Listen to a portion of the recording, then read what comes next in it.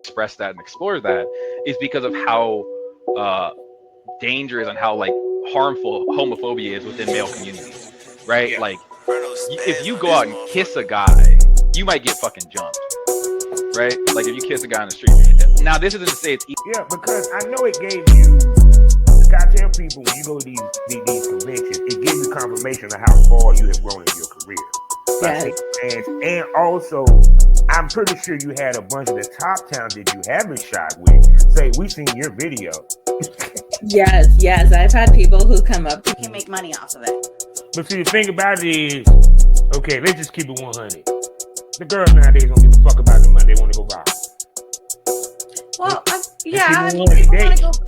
So it's kind of like a lot of the girls that don't show their face with the feet, it ain't because they make more money with the feet. Back to where you're not doing the content house. You're shooting content, but you're not shooting with everybody got their mama. Now it done kind of, the circle done closed up a little bit to make yourself.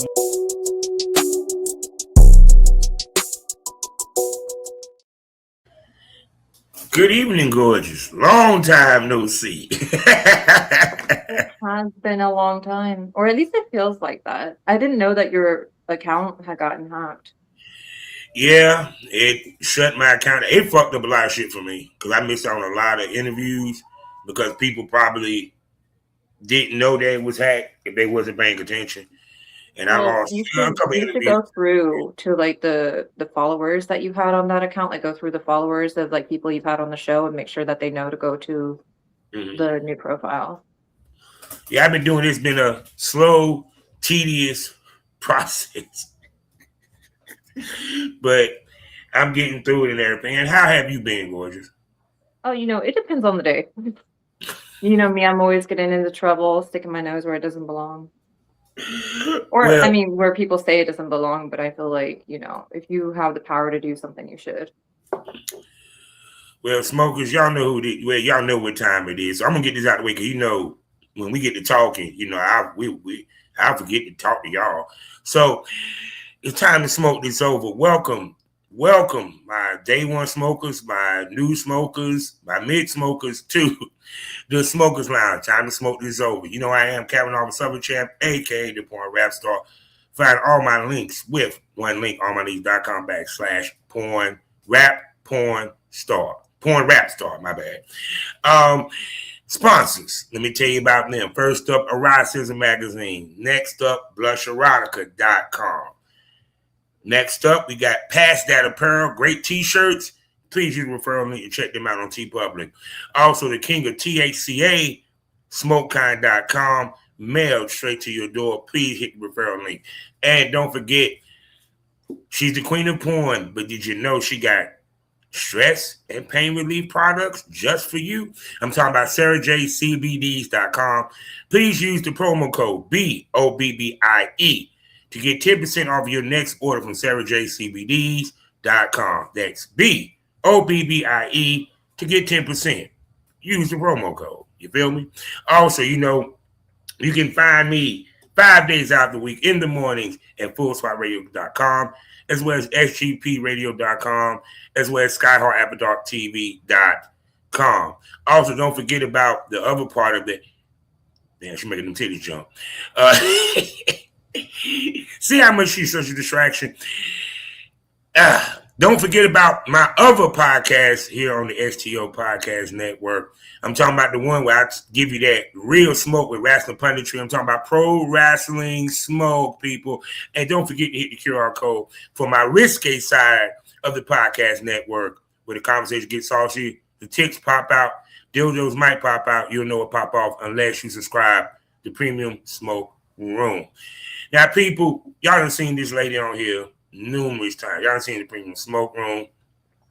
Yes, she has never showed us areola nipples, but it doesn't matter because y'all love looking at the cleavage and that fat ass. So there you go. So with that being said, she is a lady that is known for dropping it like it hot on people's faces. She always brings the tea about the industry and looks good while doing it. I'm talking about none other than the gorgeous, voluptuous Vixen herself, Mila Romanov. Say hello again to my smokers. Hi, smokers. Happy to be back on the show. Almost definitely. So what's been going on with you? What's been up with you? It's been a minute since we talked. Well, a lot. I've been kind of not really doing a lot of like industry events anymore. I still do Exotica Jersey and like Access Miami, but I'm kind of like getting burnout on it. I switched over to going to anime conventions, which was surprisingly an easy transition. All it took was getting invited to one to start the domino effect of me getting invited as a special guest to others. And I really liked the way I was treated. I went to Ecchi Expo Orlando last year, which is a 18 plus only anime convention. They welcome adult industry there. It was, just a fantastic experience for me personally, being welcomed, being that I'm not really known for cosplay. I love it. I love anime. I love manga. Always have ever since I was a little girl. So being welcomed so easily, it seems, into the community. I almost have like imposter syndrome about it because there's so many well, because there's so many talented cosplayers who spend, like hours, months, weeks, days, like of their lives. Like they're completely dedicated to building their cosplays, and they don't really get those same opportunities, right? Because they don't know how to do the networking side of things.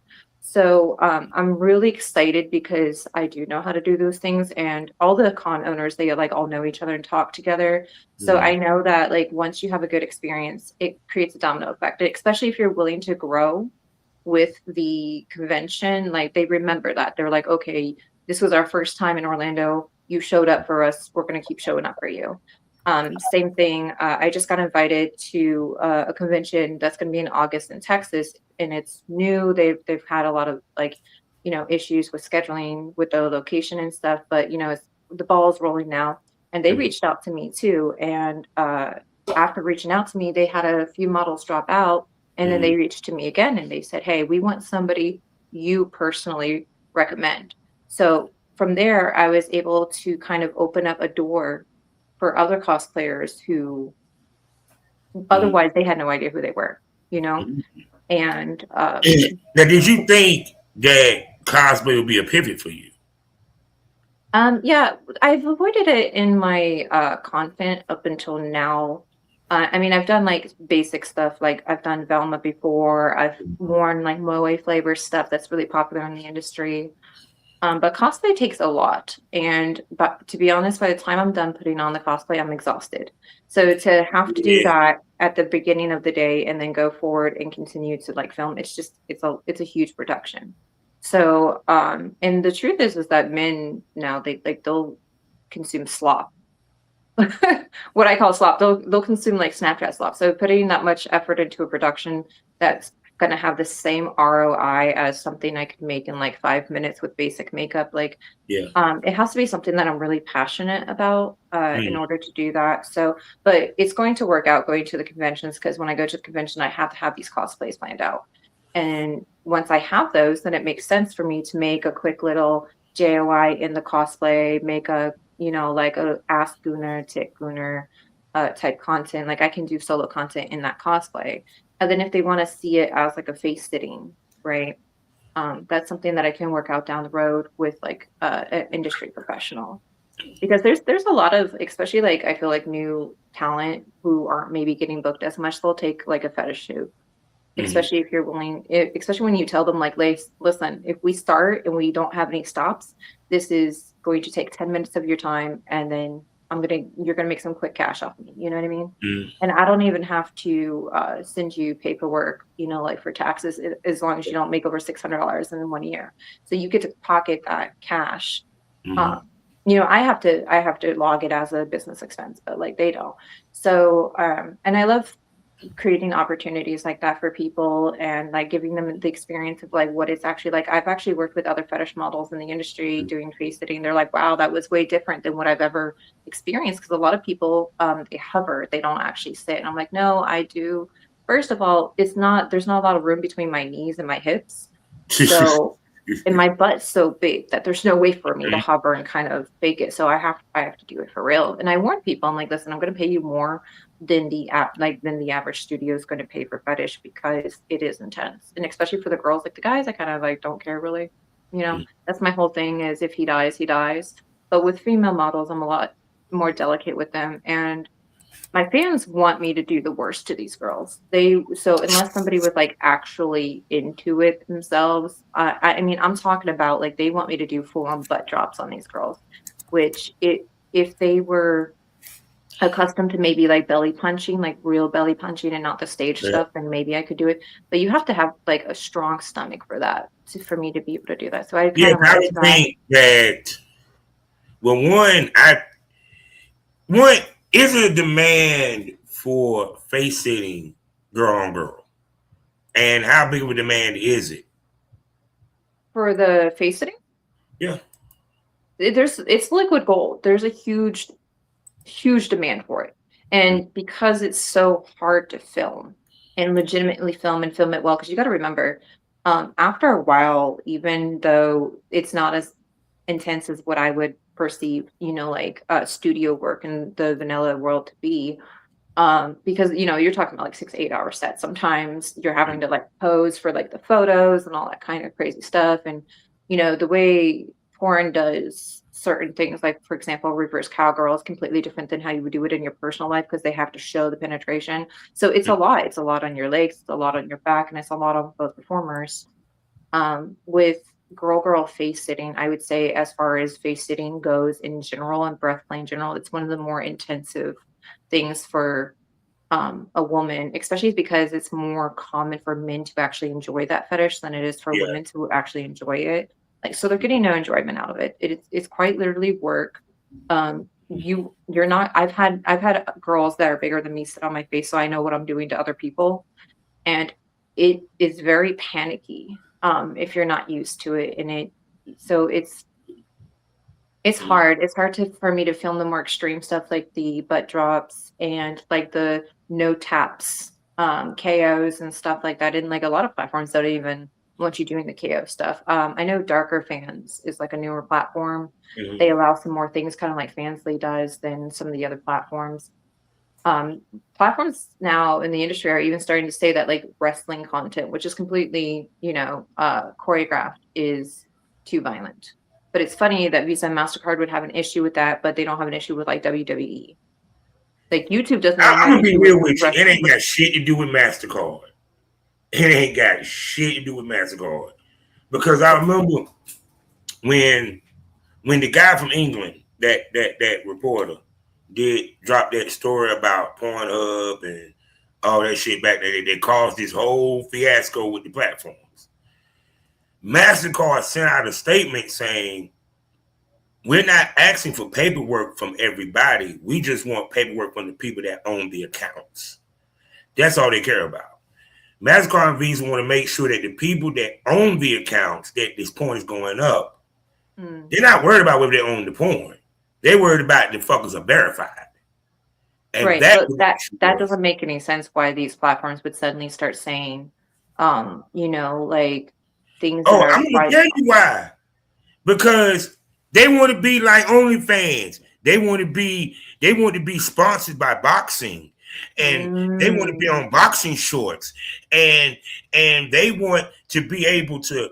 They can't be able to make it to Wall Street and get stock, be stocked, but they want more mainstream leverage and sponsorship because they saw what happened with OnlyFans. Right. And OnlyFans did that so that they could save the platform, because OnlyFans was started by a dominatrix. And a lot of people don't know that. The Fox family, she was dating their son. And he basically took her platform that she built, and it was originally called Follow Plus.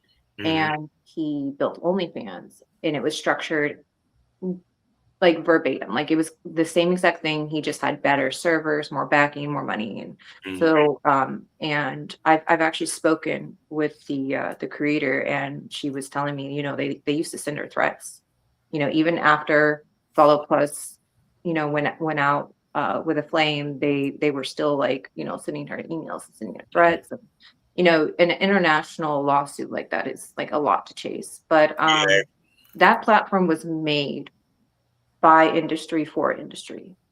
And when OnlyFans started to come into, you know, popularity after Follow Plus, you know, went out, before the pandemic even, you know, it was nothing but, you know, adult content creators. And Yeah, actually. it was actually the golden era, I would say, because, you know, that's the era where you could get $20 for a single picture of a non-nude butt photo. You know, it was giving a lot of the girlfriend experience. It was less saturated, obviously, than it is now. Now you got, you know, like, I know I've complained about this 13-person orgy out there for $6 unedited before, but like when you start doing volume sales like that, you really do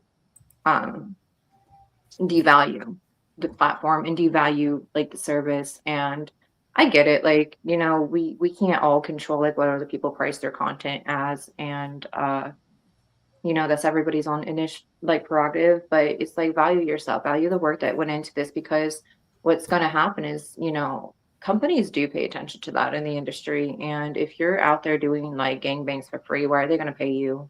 They're going to nickel and dime you. And we've seen a lot of that since the rise of OnlyFans. But OnlyFans did that because OnlyFans was coming under attack at one point. And was risking losing the ability to have that platform. So what they started doing, and I happen to know this and have a little bit of insider information on this, they started paying celebrities. Like they were paying like low level celebrities who weren't doing porn, who were just doing like music or whatever. They were paying them $20,000 a month plus. Yeah, like, I know, because one celebrity was paying was Casanova, the rapper named Casanova. Now, I think he's in prison there, but yeah, they were paying his ass. Yep. And you know, like the number one performer, I don't know if it's changed, but the last time I checked, the number one account on OnlyFans was like Black China. It wasn't like an adult creator. So OnlyFans was smart doing that and pushing that inclusivity, because then they could say, well, we're a creation platform, we're not a porn platform.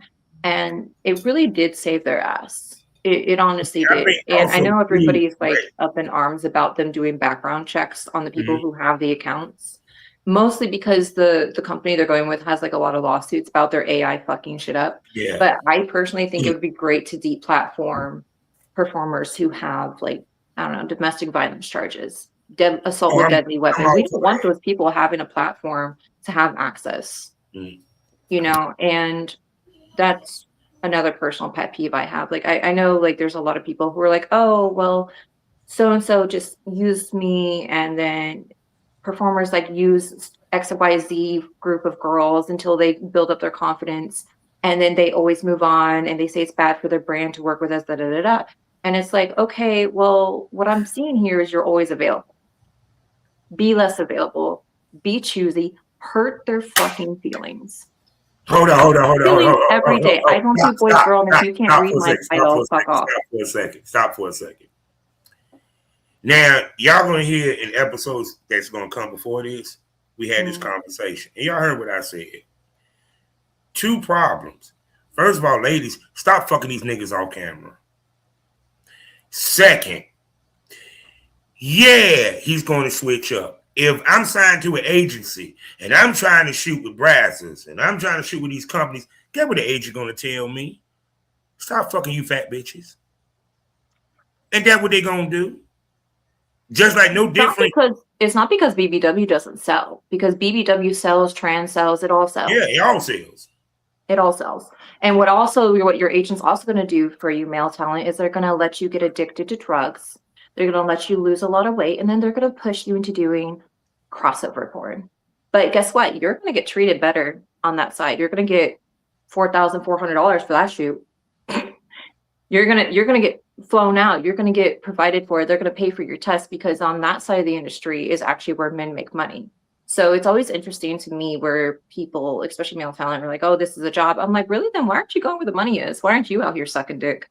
Because that's where your paycheck's really going to be. Well, let's keep it 100. A lot of these motherfuckers do it in their personal life anyway. They just don't want to do it on camera because they want to keep it on the DL. Oh, yeah, sometimes. But I don't think it's right for the agencies to, like, do that. I don't think it's right for them to, like, they'll let their talent, like, they know when these men start to spiral. They can see it. You can physically see the changes. You can see their gums receding. You can see that their face looks dull. You can tell when they're getting ashy. You can tell when they stop, maintenancing themselves, stop getting their hair cut, stop, getting their eyebrows waxed, doing their manscaping, right? Whatever it is that they do to manscape, they stop doing it because they're getting so hooked on the drugs, the drinking, the gambling, whatever the fuck it is, that, other things slip through the cracks. And, they want that. They want you to fail so that they can control you, so that you're desperate for their help. They do the same thing to the girls too. They will deliberately tell producers no. And I've seen multiple girls talk about this.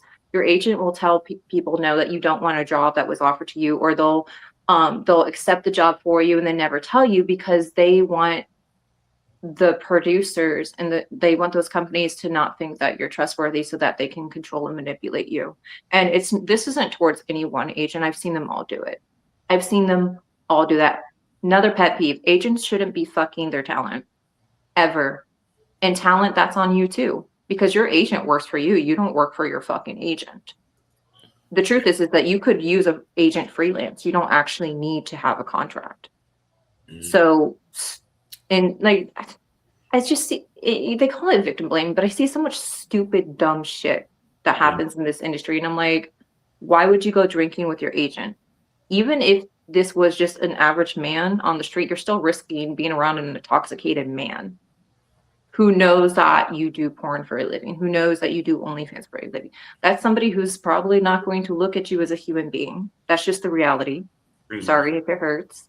But especially in an inebriated state, like, why are we still doing this shit in 2025, 2026? Why are we making very obviously stupid decisions? And this isn't something that you need to be a veteran in the industry to understand. You just need to be a veteran as a woman to understand that. And I don't mean this in a derogatory way. I mean this in an evolutionary way. Traditionally, and there are exceptions, but men are predators to women. And I don't mean that in like they're like gooners or they're perverts. I mean their job is to acquire a mate, to hunt a mate. And well, I mean, they respond to the case. That means to initiate women. I gotta put this. It has been taught to y'all, it is not womanly to initiate contact. We supposed to initiate it. Yeah, but see, that doesn't work for me. That doesn't work for me. In terms of like sexual attraction, I'm like the apex predator. If I see it, I like it, I want it, I got it. Yeah, you'll know. People always ask me, they're like, are you flirting with me? And I'm like, if I was flirting with you, I'd be on your dick by now. Like, if I want to fuck you, I'm gonna fuck you. I don't do all this. I'm gonna look at you, bat my eyes, and then I'm gonna make an excuse to be alone with you. That's it. That's all it takes. But see, men do. They like the chase, and the egg doesn't chase the sperm. The sperm chases the egg. Because it's like even with me being single, right? I like a woman that got some aggression in her. I like a woman that sit there and tell me like, But that's not the norm. That's not the norm. That's not the norm, and you need to really be aware of that as a woman, especially a woman in sex work. That it is not the norm for men to be submissive to women, especially if you're not a dominant woman. They're not going to submit to a submissive. I understand. I'm not submissive. It's just with me, I'm the kind of dude, I'm like this. I need a reason to take you serious. And two, I'm just not going to be one that just going to jump and holler at a female like that. Because the simple fact of that, me, I'm more observant. Now, if the female give me some energy that gives me a reason, once again, to take her serious, then y'all. You know what I'm saying? But I don't want to be wrong. And what I mean by that is I holler at her and I misinterpret the energy that she was giving me. Yeah, I mean, that can happen. That can happen. I feel like a lot of people expect others to be mind readers. And I'm like, don't talk about me, talk to me. Yeah. Chances are, even if I have you blocked, bitch, did you email me? Like, you really got something to say. I am very findable. You don't have to go online. You don't have to cry about me in a podcast. You don't have to, tell everybody that, like, I hurt your feelings. Like, tell me. The thing is if when people do that, when they're like speaking about you and stuff to you, it's probably because they're singing a song one-sided. They know what the fuck they did. They know that this is just like, they're going left field with it. You know what I mean? But I'm not talking about us personally, because me and you are different animals, right? We're talking about like generalizations and keeping yourself safe in the industry as a woman and not doing dumb shit. Like in a perfect world, do people respect consent and boundaries and all that shit? Yes. Are we living in one? No. There is very few checks and balances. There's very few things you can even do if something happens to you. I mean, we've seen it. We've seen it for years. We saw there was a girl who was filming a scene in Texas. This was years ago, and she went to the police because she was like raped on set. And the police said, well, filming porn is not legal in Texas, so if we arrest him, we arrest you too. So I think I know what you're talking about. it was years ago. I just remember reading about it. But that's what I'm saying is like you have to be your own bodyguard. You have to have common sense. And it's getting like maybe I'm just old and cranky, but I'm just like, if you guys aren't going to go and get the kits done, go and get the restraining orders, go and take, because an injunction is so easy to get granted as a woman. It's so easy, especially if it's because they never go on Twitter. But you go to Twitter, right? Yeah, and it doesn't really do anything because, okay, let's have this real conversation because I heard my man had checked. Me and him talked about it this damn third when it comes to men and women in porn. Women got their issues with the men. Men, of course, we got our issue with the women as well. Because don't get it twisted, both sides do some funny, fucked up shit. Trust me on this. Yeah. But women too. But the difference is women can get away with way more than we can. No, I don't think in the pro set that's real because I know I've seen it. Well, I've seen women get dropped for hooking up with like a Tinder date. They get dropped from their agency, right? If they do that on their test. But I know for a fact, especially the amount of men in the industry who have tried to fuck me, they've not once asked to see my test. And I've never been tested through the industry. So if you're a male talent who's fucked me, which let's keep it real, the list is short. Damn near non-existent. You never asked me. If you've approached me for sex, even as a male talent, you have never asked to see my test, and that's a problem. Because if you're doing that to me, just because I'm industry, you don't know if I'm tested, and that's like a huge thing that like the agents they'll look the other way with the men, but the women they'll use that as an excuse to drop their contract. Well, of course, but see, the thing about it too is, well, one probably 9 out of 10 she ain't getting no pussy, so. That probably was the reason why he dropped that. Well, there's a lot of reasons, but I mean, I've even seen female agents, you know, like the OC bitch, right? I've seen her drop a model because the male talent was running his mouth and got caught. So because she was like little butt buddies with him, she dropped the girl, like some pick me bitch behavior, right? So I've seen a lot in this industry, and I've also. You know, I've been on calls with my friends who are on set, and they'll be like, yeah, the director's really pushing me to fluff him off camera because he's having a bad day. I don't give a fuck. Go shoot your dick. Go shoot your dick. This is not a date. You should not be sucking that dick more off camera than you are on. Which is worse, right? The independent scene. She said, "Pop a pill." Look. If I can pop my titties, you can pop a pill. Fair is fair. So I don't want to hear about this double-edged sword shit because women should have the advantage because with us there's no industry, right? With us you're going to be sucking dick. I totally agree. It's a matriarchy. It's not a patriarchy. It's a matriarchy. It should be, but that's not actually what's happening on set. That's not happening with the directors. It's not happening with the agents. They very much side with the men on a lot of stuff. Well, see, the reason why, because guess who runs? That's why the women go for the cancel culture stuff because that's all they have. They can't rely on their agents to listen to their no list. They can't rely on their agents. They can't rely on the directors to respect their no list. I've heard it so many times where girls are like, oh, I didn't work with so-and-so. And the company told me don't come back because they favor that male talent. There is definitely nepotism in this industry, and it's typically not on the female side. Unless you're like nepotism. Oh shit! Whoa! You ain't gonna skate over nepotism. Because I done talked about that too in porn. There is porn legacy in porn. You get what I'm saying? It's just interesting that you don't hear about it because they don't talk about it or they'll let it be known that this person is my dad. Or this person was my mom. That happens too. That happens too. Or you have it where like even if there's not like this person's my dad, this person's my uncle, they might know the family, right? And it's such like when it comes to like the pro scene, especially everything's like very close knit. Everybody knows each other, and you can kind of tell, or at least I can, like when they start signing on the new people, you can kind of tell which girls are, you know, they're gonna get run through the system. They're gonna you know, each company is gonna film with them at least once, and then they're gonna flatline, right?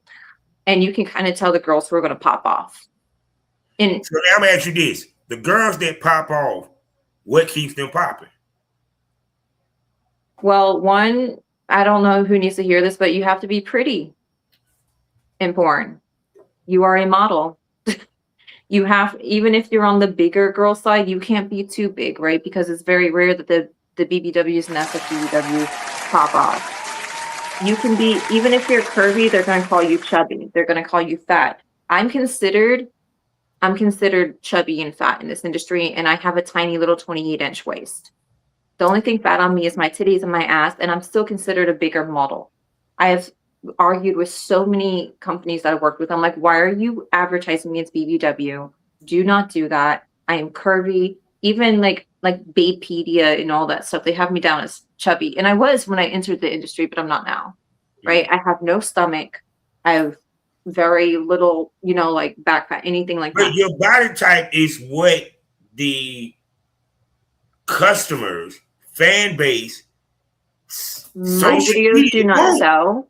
My videos do not sell as BBW because BBW want the belly. The guys who like BBW, they want the belly. And if you do not have that belly, you are not BBW. You're not BBW by any means. But what I'm saying is your body type is the archetype for what's popping right now. Right, but the adult industry still doesn't want to hear it. They still want the 90s heroin chic, right? So for the girls who pop off, you have to have a niche. You have to be pretty. You know, if you have a pretty face, it doesn't matter if you're fucking your ass or titties or XYZ, right? Because there's a market for everything. There's a market for fake boobs, and then there's market for natural boobs. There's a market for bush. There's a market for no bush, right? So there's a market for everything. But if you allow your agent to send you to $150 shoots, if you start doing anal right away and you give into that peer pressure, even doing interracial, boy, girl, you start doing all that crazy shit from the beginning, you're lowering your value and you're lowering your longevity because the longer you hold out, the more you're going to get for those things. Right. So here's my question. Because I asked this. What do you say for industry? What do you say for yourself? For content? For content? Yeah. Like what acts if I do it first, it's going to be for me. Or if I do it first, it should be for the industry. Okay. So if I did something for the industry, like obviously I have a demand for boy girl, I have a demand for girl, right? But that's nothing that I'm really interested in for me personally. I would probably meet in the middle and work with hentai, which does like tentacle porn, because that is a type of porn that I like to consume. And I of course like, you know, like anime and hentai and stuff like that. So that's something that I could like middle ground meet for the industry as far as content. For me, I'm getting old. I might not look it, but I'm getting old. I'm moving my brand towards some more solo stuff. And I would recommend that to anybody who's new too. If you're just now starting to do, you don't need collabs. You need social media collabs. You don't actually need content collabs because you need to be your own advertiser, especially for platforms that don't have internalized traffic. You need to be someone for someone to care who you are and what you're doing with your pussy or with your dick. You need to create a character. So you basically just reiterated and double down on something that I said on a previous show. Yeah, I think I've spoken about this too. You need to create. Let me get this out. Let me land with this. Character. Because this is new. You ain't heard me say this. Women are doing it backwards. Instead of them starting with solo, do the boy girl. Once you get to a certain point in your career, it's about solos and being more exclusive. Like when girls were sitting here complaining about the male talents, right? You know what I said to them? Y'all even understand y'all a kingmaker. As you do it, when your collabs supposed to lessen as the years grow old, because now it's about impact. And I keep saying the ladies that I came in with, they did less and made more than all you motherfuckers. Yeah, I Because mean, they understood that the You scenes see- I dropped, I didn't need to drop a lot of scenes. I just need to drop good quality, strong scenes and market myself strong enough that them scenes will carry me and I can eat. Some girls are eating off of 3 scenes a year. Stop playing. Yeah, no, you really don't have to do all that. I think a lot of people enjoy that. I think the industry attracts a lot Enjoy of sex. people. That's what it is. Yeah, I think the industry attracts a lot of ethical non-monogamy. It attracts a lot of polyamory. It attracts a lot of swingers. It attracts a lot of people with sexual trauma where they, they're drawn to it because, they use sex as a form of self-harm. A lot of people are drawn to the industry because they want intimacy and they don't know how to get it without sex. And to that note, I actually saw something recently. I was, watching a different interview, and I saw somebody say that they had sacrificed intimacy to be in the industry. And to that, I will respond with, if you have to sacrifice intimacy, what you did was choose. Yeah. And you should not be in this industry, because I have no problems displaying and giving intimacy and being in the industry. I can make space for both. And if you feel like you have to weigh those scales like that, this probably is very much the wrong place for you to be. And also, that wasn't a sacrifice. Like we're not that's not a lamb, you're not giving up your finest lamb to sacrifice from your herd. What you've done is make a choice. You have chosen to be honestly undisciplined, right? You've chosen to not grow emotionally. You have chosen to say, this is what I really wanted, but this is what I did.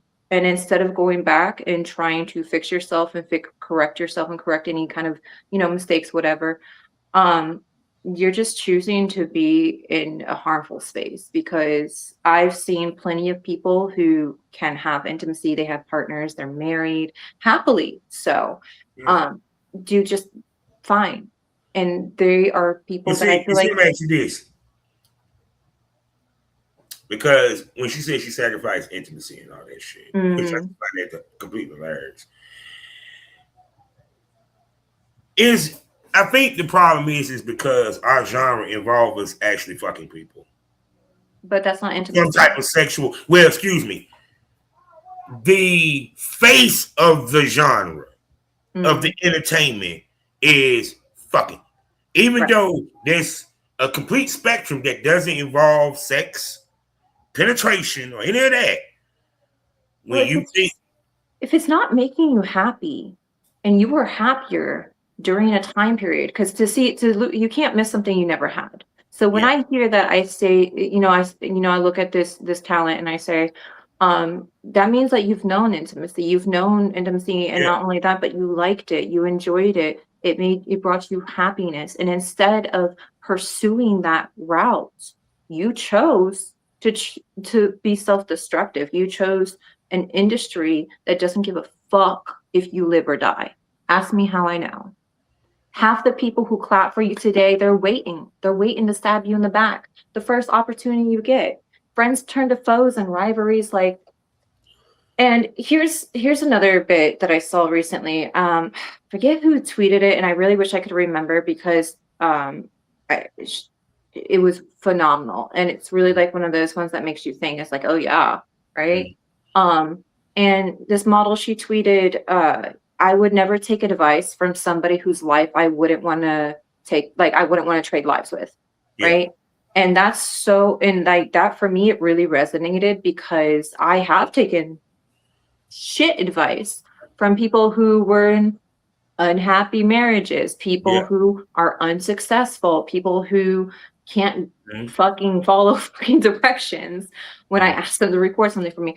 And so for me, I look at that, that was such a huge, I was like, wow, yeah, you know what? I know this, but reading it again, it really helped resonate with me, because I'm like, I don't want to do that anymore. I want to be nice to people who I don't like. I don't want to, have to live masked up all the time. I want to be able to be openly me, and in order to do that, I have to be authentic to myself.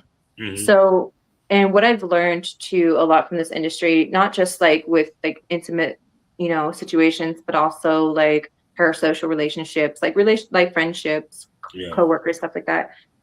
It's best to say something than to not.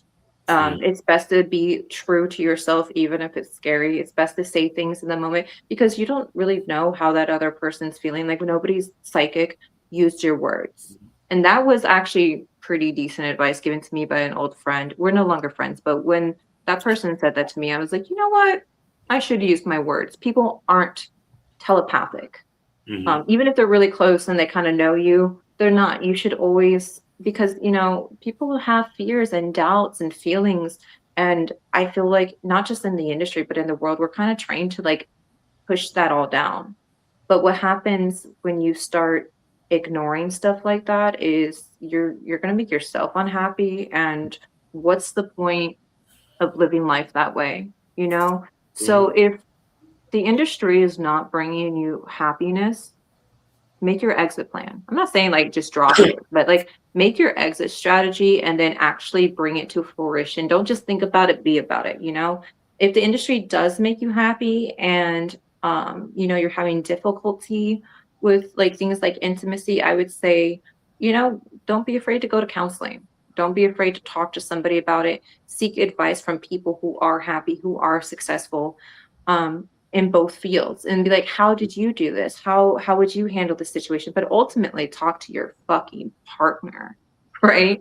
Because the thing is like, it doesn't matter what your career is. You could be a doctor, a firefighter, a bartender. It doesn't matter, right? At certain points, there's going to be times where your intimate life needs to take priority and times when your job needs to take priority. Yeah. And I feel like if you speak with your partner, speak with your boss, your employees, your employers, whoever, communicating that you need to prioritize one or the other, a lot of people are going to understand. And I think the fear of rejection kind of takes over in certain situations like that, where people are afraid to just be seen as they are. They're afraid to ask for help. They're afraid to feel weakness. But there's no such thing as a good or bad human emotion. Anger is not a bad emotion. Like we vilify it. We vilify things like crying, especially for men. Men are vilified for aggression. They're vilified for crying. They're vilified. Funny, right? People, hold on. I got to say this. She is such a Sith. A what? If you're a Sith Lord. What is that? See, I'm gonna tell you what's funny, right? When she was talking about cosplay earlier, y'all know I'm all about Star Wars. I'm a Star Wars fanatic. And she was talking about cosplay. You know what what Sith Lord I thought of when I looked at her? Darth Talon. And then what she just said, that's something that a Sith Lord would say. Yes, anger is a good tool to use. It's great, especially when it's focused. I use it all the time. Do you know what strategic aggression is? Or not strategic aggression, strategic agitation. It's where you piss somebody off strategically so that they eventually reveal their true nature. And I'm very, very good at this. I'm good at pissing people off. And I'm good at getting people to answer questions that I don't ask. That's like my little superpower. Best believe I'm gonna find out. Like it might not be today or tomorrow, but like information and just the truth in general has a way about making itself known. And girls talk, and in this industry, men talk more than the bitches. So best believe if there's information to be known, I know how to get it. And you can use that, and you can use somebody's anger, you can use your own anger, but just in general, like emotions, no matter what they are not bad. There's no good and bad, no yin and yang. They just are. And I think the easy target would be the Pixar Inside Out movie, where Joy is trying to like constantly make sure there's no sadness. She wants her person to always be happy, right? Be a balance. Right. But there does need to be that balance. And in that movie, they actually show you the importance of complex emotions. A memory that's happy can sometimes make you sad when you're in a different place. A memory that's sad can help you grow. Mhm. Learning from times where maybe you were a little bit too hot-headed, Yeah. and learning, in disgust too, like anger and disgust, fear, they protect you in their own special way. Laughter is great, you know what I mean? Joy and happiness and laughter is great. But the reason why a lot of media is like really popular, especially like media that talks about like, like dark romance, tragedy, or things like that. The reason why, and it's the same thing kind of like with Harley Quinn, like why Harley Quinn is more popular of a character than, for example, Wonder Woman, is because she's more relatable. And sadness is something that Yeah, everybody can relate to. because she's not perfect. Well, not only is she not perfect, but And she's crazy. It's I think being in a toxic relationship that you keep going back and forth to and kind of experimenting with your own sexuality is a lot more relatable than Wonder Woman. Wonder and Woman the is fact that like a demigod. She was raised by yeah, no warriors. She's love you. perfect. She's beautiful. And Harley Quinn is more perfectly imperfect. And I think that's why a lot of women like, and that's why she's more popular of a character. Yeah. Because, and it's the same thing kind of like with music that's sad, music that moves you. It's why love songs are so popular. Yeah. And it always have been since the dawn of time, whether the artist is male or female or whatever, like songs about relationships, songs about love, songs about like the relatability, versus songs about being happy all the time. Nobody's jamming out to that. Nobody's jamming about being, if you're happy, clap your hands. Because once you're an adult, it's not all sunshine and rainbows. And for a lot of people, even as children, you don't have that luxury. So I think it's like more relatable, but that doesn't mean that it's bad. You can bond with people through tragedy. You can bond with people through times of happiness or sadness. So I think a lot of times we expect, especially like men, we were like, we want emotional maturity and intelligence, but then at the same time it's like, oh, why are you crying like a bitch? You can't have it both ways. Either you want emotional intelligence or you don't. And if you want somebody who's like I was watching a video about like psychology, like parasocial psychology, and it was saying that like men who trust you, they're gonna like irritate you. They're gonna like poke you in the face. They're gonna tickle you. They're gonna like play around. And it's not them being childish. It's like they're comfortable enough with you to show that silly side. And we see that too on like social media where there's like, the couples who are constantly playing pranks on each other, like the girl's like sitting there with the Nerf gun, and then the next video will be him getting her back with the Nerf gun. And a lot of times these are done for social media as skits, but the reason why they're popular is because it's relatable, because a lot of people, they want to have a fun relationship like that. They don't want to be prim and proper. Like a friend of mine once said, they're like, the relationship's real when you can fart around each other. Like if you're still trying to like, be like, oh, don't go in the bathroom, it stinks. I don't give a fuck. I don't give a fuck. Like if I'm you think I'm gonna suddenly just like, oh no, I can't date this man. He has a natural biological thing happen to him, That'd be like a man leaving me because I got my period. Like, So, but see, I'm gonna ask you this then, because my fans, they want to hit the point shit. Even though y'all do love we go off on tangents. Which right now is the most worst off in porn? The indie side or the mainstream? Wait, I'm sorry, can you repeat that? Your volume Which is is kind of more low. worse off, the indie side or the mainstream? I think the mainstream. I think on the indie side, you have a lot more freedom to say no, which puts the power back into your hands too. Like, especially if you have any kind of like. It seems like the girls that's on the indie side complain the most. Well, that's them problem. Like I don't know what to tell you, because here's the thing too, especially if you like, and a lot of people do, male and female talent I've talked to, a lot of them have childhood sexual trauma. And what happens usually in those situations is something called trauma-induced hypersexualization. And it's a coping mechanism. It's a way the brain protects itself. And it's very, very, very common within the industry. But the cure the cure to something like that, if you actually want to get better, is to be able to make your own decisions, to be able to say no in sexual situations. But in especially in situations where you feel like you can't say no, having the option to say it is very healing, and it's literally the only way to heal from that kind of trauma.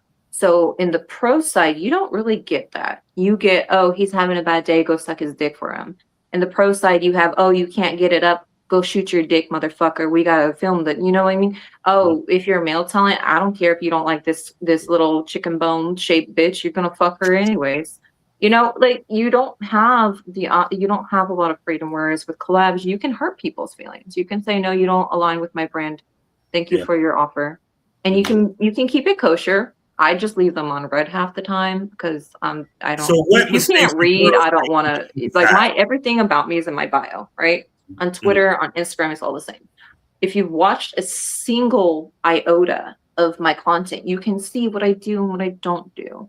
So if you slide into my DMs on some like, you want to collab and you want to suck my dick, you know, like, no, I don't want to suck a dick of a single man in this world, industry or not, who cannot fucking read. I don't think illiterate men deserve their dick sucked. I don't. Maybe that's just me speaking like sapiosexual, but like if you're a fucking dumb fuck who can't read, why am I gonna suck your dick? And for me, it's really hard. Look, I'm gonna ask you this: since the indie is better than, because we didn't talk, y'all done heard me talk about the pro side. What mistakes the girls make on the indie side then that fucks them up? Because if the indie side gives them the power, then what mistakes do these girls be making that be fucking they shit up? Number one mistake is going into it uneducated, going into it without a plan. It's a business, and if you want to treat it like a business, you need business capital. You should go in having money to invest in lights, outfits, advertising. You need to build up your social media platform. I think going into it blindsided, trying to think that it's quick cash is a big mistake people make. Thinking you have to work with others, you don't. You actually don't even have to. If you get, especially through OnlyFans, they have like a direct link that you can send to your collab partner for their model release, and you can tag the model release, and it doesn't give them free advertising. Promotion is not automatically included just because we collab together. That's something that needs to be discussed in the collab.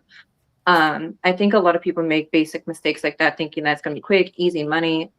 Some people, you know, there's anomalies where they're making $18,000 their first month. I sure fuck wasn't. I remember when I first got to like the 20K mark, I was like, holy shit, am I that bitch now? Like, damn. And then to find out girls who look just like me are making $100,000 a month, I'm like, well, shit, I'm going to go see what they're doing, because the key to success is watching other successful people and doing it better. Right. And respect the growth. Respect the growth. You don't need to have 20 Honey Birdette outfits today. You just started. You don't even need to have one. Men will watch you like fucking finger blast yourself in Walmart panties. They don't give a fuck. Men love garbage. We like the really pretty stuff. And guess what? You can tell your fucking fans, right, that if they want to see you and stuff like that, they can buy it for you. Why is it on you to already have it? I tell the guys that they're like, want me to have red bottom heels. I'm like, I don't give a shit about no designer fucking. You want me to have that, you need to buy it. And a lot of times they do. Like one of my clients, he wanted this baby blue, and I posted with it on Twitter, this baby blue lingerie set, but that's not a color I usually gravitate towards. It's very like Elsa coded. It's beautiful on me, but it's just not, and it was $1,000 to get the full set. So I told him, I said, you want me to have that, you get it, and guess what? He did. I think a lot of girls also take bad advice. Like I remember I was in a Discord group, and this girl was like, she's like, is like seeing my nipples really not that big of a deal? I'm like, it depends on how you brand yourself. And so she took the advice of the other girls who told her, they're like, yeah, that's nothing special. Go post that to your fucking timeline. But yeah, I know plenty of non-nude models or models who only show nudity in context that makes sense, you know, like if they're doing like a tease and denial, Gunnar J.O. eyes, they'll like do like hand bras and implied nudity, or like if it makes sense to show it, like if it's like pussy worship show, they'll do nudity then. But you don't need to be posting it for free on your. I mean, I guess like you pay to get into the OnlyFans, but you don't need to be posting it on your wall. That's the shit that's going to get leaked. First of all, you should never post that to your wall. Yes, you should value your fucking nipples. If they're willing to pay for it, why would you give it away for free? You know, and same thing with customs. I think a lot of people, especially from the clip era, they're stuck on that dollar per minute stuff. Absolutely not.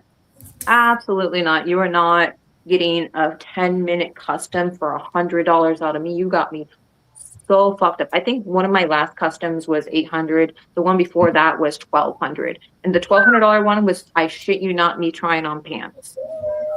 Well, I mean, it makes sense that you would charge more for a custom because it's a custom-made video.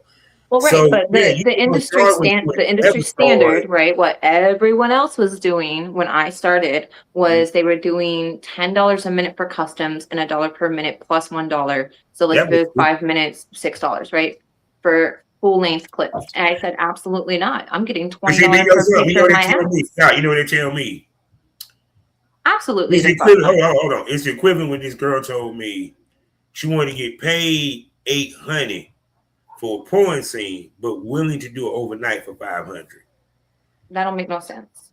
That makes no goddamn sense. And the reason why I brought that up, people, so y'all can understand this, is that a custom video, 9 times out of 10, which they done changed that up too, you don't post it. It's supposed to be his video. That means this video you can't make money off. You can't put it out. You can't do none of that. So you charge as if, if I did this, I would expect I sell my customs $1,000 off of this video. So I sell my customs, even if they ask for their name to be in their repetitive. I know. I'm talking about back in the day. Oh, the way customs were.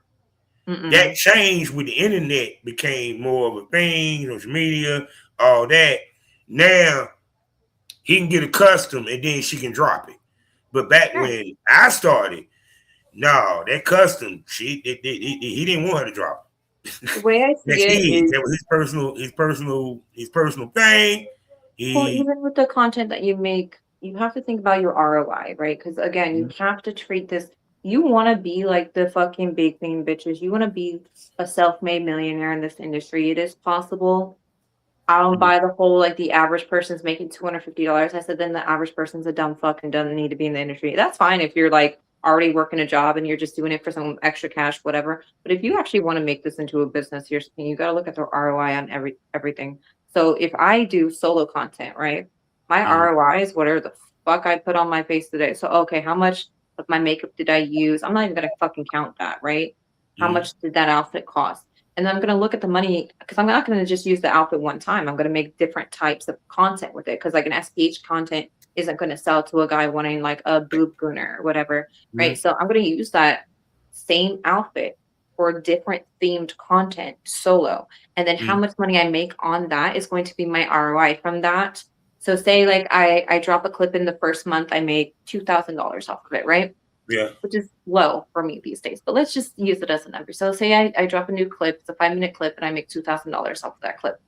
And then my outfit, like this outfit right here I'm wearing, like the bra is like $130. This is like $60. And then that's it. That's all I wore. Right. So we have what, 190, let's round it out to $200. So from that, my ROI, right, it's going to be $1,800 for a $200 investment. So to me, that makes sense to make that investment because, and now that was one video, right? So now I get to release 3 more different types of videos, let's say, for example, and I make $2,000 each on that. So now I've made $2,000, $4,000, $6,000, $8,000 on a $200 investment. But but how you price it, you price off of quality. These girls price off of quantity. Well, they're doing volume sales, which you'll never catch me doing. I do scarcity marketing. You're lucky if I even respond to your DM half the damn time. Yeah. My most valuable... With you, once again, remember I told y'all about impact. She don't have to do a lot of scenes to make the money that these girls are making. They're sitting here dropping videos weekly. There's girls. So before the porn industry and before the swingers and before 2020, these IG girls were making fucking bank. Yeah. Fucking bank and didn't have to do shit but oil up their fucking ass. Meanwhile, you're teaching yourself how to deep throat. Because the truth is that you don't got no ass or titties and you're not that cute. So now you got to do the most. But really, had you invested in yourself first, had you done solo first, you would be like, if you wanted to buy some ass and titties, you could. And that's what these girls do. You got to also look at those 1%ers and you got to look at what they're doing. They're constantly evolving. They are constantly getting laser facial treatments. They're constantly getting lip and fillers and all that stuff. They're constantly keeping up. Like these girls are 30, 40 years old now, and they look better than you 20-something year olds. Yeah. Because they kept up. Like, look at me. I'm 34 now. I'm 34 now. And do I look 34? Do I look on a downward spiral? No. Yeah. I look like I'm getting better every time I get on here. I've lost a bunch of weight. Like you can see it in my face a little bit. My boobs are still here, my butt's still here, but like my waist here, I'll show you. Good God, Like, oh my. where is it? Where'd she go? I'm still hurt. Where'd she go? Yeah, premium smokers, y'all need to subscribe, hit that QR code. She just gave you an example, a sample of what might happen in there. But anyway, but the interesting, how can I put this? It's because even when I think about, no, I'm gonna ask you this then, because I saw a video talking about the Bob House. What's the real deal about the Bob House? I don't really know. I think that the one girl is like super successful, and then she bought the house, and then she brought like other girls in, and it's just kind of teaching them how to be successful. I'll tell you this: most of the agencies, they're using AI. They're using AI chatters. And these girls are giving away 30, 40, 50, 60% sometimes for them to be using AI chatters. They are not, especially if they're in like Spain or some shit, like Spain or Dubai. Like, I know the systems that they're using. Like I learned about it recently and I've played around with them and they work. So you can do all that shit on your own. You can. I'm asking this. You think OnlyFans had put money into that Bob House? Because be that majority of all them girls are OnlyFans girls. Well, the Bop House girls, like they go through and they're like, "How much did you make this month?" And there's one girl who's like new. She made her first 5,000 for the month. So there's girls that are like, "I'm making like $1 million," and then there's the other girls who's equally as pretty, right? But they're not as seasoned. She's like, "Oh, I just made my first 5,000," but girl, that's respecting the growth. Nobody is going, like, even people who are successful now. Like look at like Earthmaster. He was saying like on a good month he's making $80,000 a month. He didn't start off doing that, even though he had the equipment. He had to grow too, right? He had to scale too. Every girl who started on OnlyFans, your first month was probably not that great. It's very, very rare, unless you already had like a social media persona. Your first OnlyFans months is not going to be like that. You know what I mean? You have to like level it up, and you have to, and even then, they built their social media up first. So I don't really know much about the Bob House girls, other than like one of the governors from Florida is trying to make like a tax because of one of them. They were like, "Oh, she makes all this money, we're going to tax her." And it's like, we're already taxed in the 40th percentile as DBA. And if you're LLC, you're taxed no different than any other corporation. But now, the reason I asked you a question, I think OnlyFans has some money behind it too, because they get a rub from it. Yeah, they get a rub from it because the main shareholder right now is Leo Radovinsky. That's the owner of My Free Cams. He owned Avian Stars when that was a thing. He owns a lot of businesses, so there's definitely money backing it. The Fox family that originally took it from the girl who had Follow Plus. Yeah, they have money, right? Like old world type money. So they have money, which is.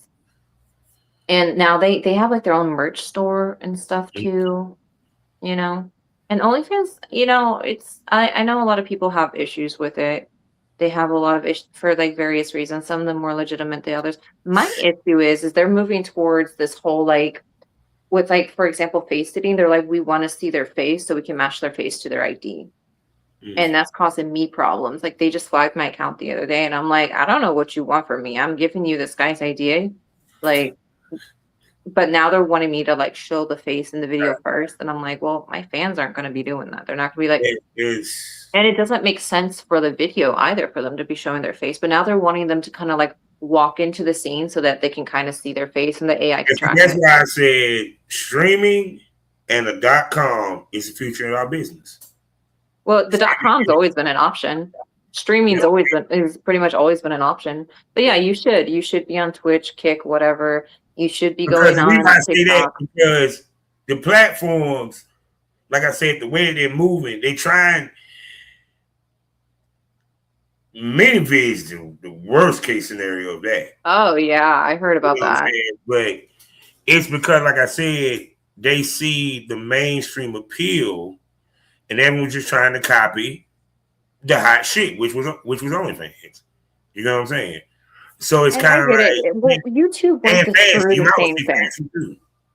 YouTube, I think we've actually talked about this before. YouTube went through the same kind of growing pains where once they started getting that kind of like mainstream backing, they started putting more and more restrictions on the creators. Yeah. And ultimately, we could just all agree that just because I use profanity doesn't mean I shouldn't get endorsements. Like, why is that such a bad thing?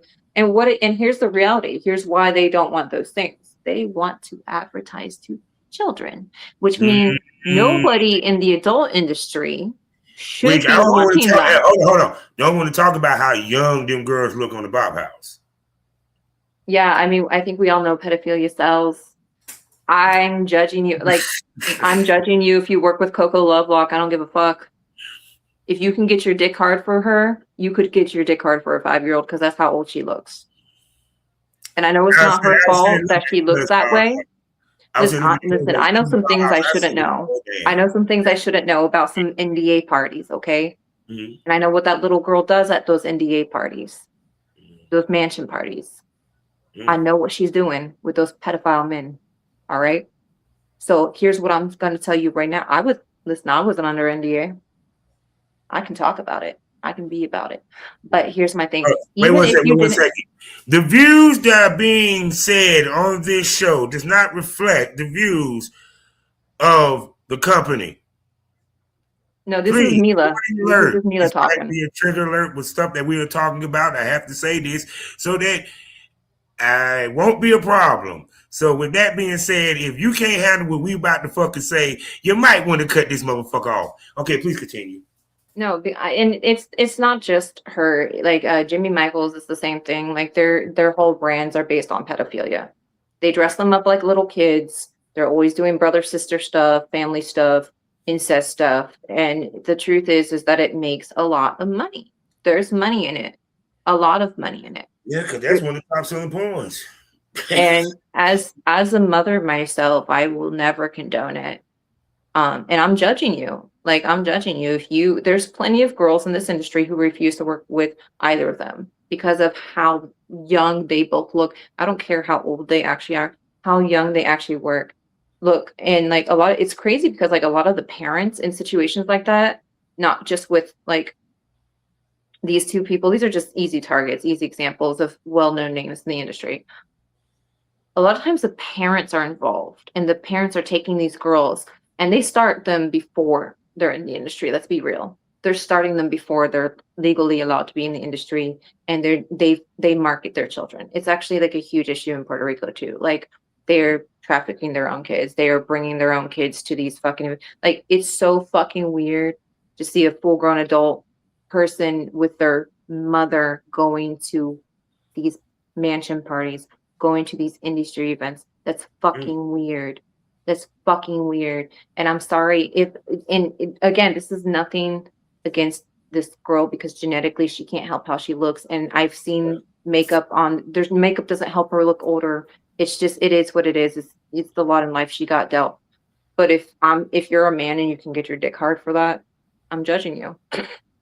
And you're never coming near me or my fucking kids. That's for damn sure. That's for damn sure. Well, people, I know this gorgeous lady up here for an hour, and I got to get ready to go because I got to go to work in the goddamn morning. But she's going to be back for sure. And you know one of the places we're going to bring her back to because I'm going to get her dressed up even more sexy. And No, she ain't gonna show no nipples, people, but trust me, you're gonna enjoy what she shows off anyway. Hit that QR code and please go to the place where the conversation gets saucier. The titties pop out, dildos might pop out. You don't know what might pop off unless you subscribe. I'm talking about the Premium Smoke Room on Loyal Fans. We love you. That's right. 4 wonderful podcasts for you to enjoy. Plus, I got special episodes, special event episodes such as Project Content House and the VIP Smoke Room, which I even open up live on X from time to time. You feel what I'm saying? Plus, I also got a wonderful XXX store for you to see my work as I give ladies the work because big dicks growing the sticks. I know she make them titties jump. That's why they call me Big Country Daddy. Also on Spotify, I got a subscription side over there as well. Please check out my wonderful podcast, Had the Smoke on It, where I talk my shit about some shit that I need to get off my chest, you feel me? As well as ain't she a wonderful distraction? And don't forget, Savage Smoke, as I talk to the industry's top male talents and producers and directors, as we give you that real smoke about the industry from a male perspective. So whether you need some premium smoke, where right now you can get that for the first month, $6.25. After that, it's $25, and trust me, after 30 days, you ain't gonna want to leave. She is so gorgeous and sexy and funny at the same time. As well as, did you have the smoke on it? Or you some Savage Smoke? Please just subscribe to the smoke. And Miss Romanov, can you please tell them where they can find you, enjoy you, and spend money on you and make you I more am rich? easily Googleable. My name is Mila, Milah, Romanov, Romanov. I swear I know how to spell my own name. And on Twitter, I'm at MilahRomanov. At Instagram, it's Mila_Romanov. TikTok, it's MilahRomanov TV. OnlyFans /MilahRomanov. All my links are typically in my bios. I am very, very findable. There's even videos of me on YouTube, so feel free to Google me. You'll have a very questionable search history when you're done. So, people, what did you smoke over today? What did you learn? The most valuable asset in porn, adult film, in any business is time. Because the money increases over time. You make more money the more time you in something. Like she said, and y'all done heard me say this, she said the same word that I've been using: evolve, evolution, elevate. In order to continue to make money, you can't stay in the same place. Once again, you got to learn to be comfortable with being uncomfortable. And you got to also understand and learn the game as you grow. My God, them titties. She's pretty from head to toe, people.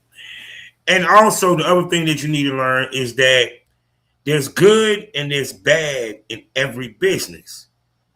The key is to learn. Oh my God, that is the cutest dog ever. You betcha, boy. Look at him.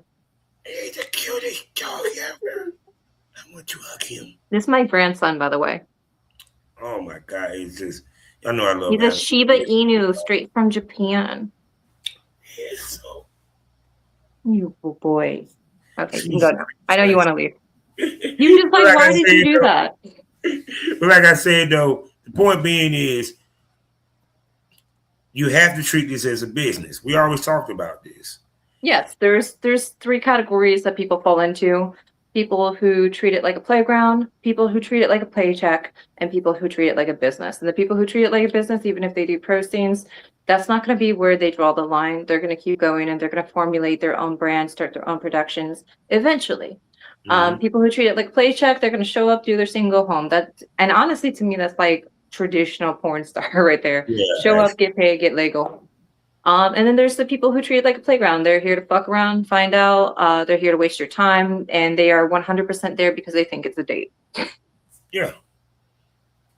Yeah. On a professional set, you know, it's one thing for people to share snacks and stuff, but if somebody's showing up with like flowers and gifts and stuff, that's to me, that's unprofessional. To bring me a gift, I'm automatically going to think that you're using it as a manipulative tool to lure me into a false sense of security. Because that is a form of manipulation, is gift giving. Because unexpected gift giving triggers part of your brain the same part that, and it has a similar reaction than like cocaine addiction on your brain. And I realized that a producer that I once worked with was using this on models, and he'd actually used it on me too, because he was like, don't tell them I'm going to give them this gift because I want it to be a surprise. And that's when I was like, oh, okay, so this is your thing. This is a manipulative thing.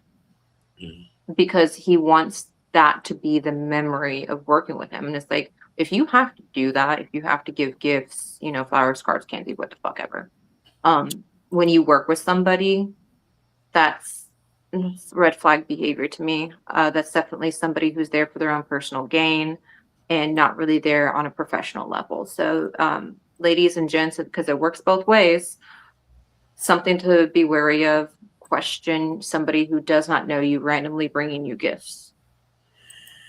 Well, other words, people, like I said again, there's a good side, there's a bad side to the business.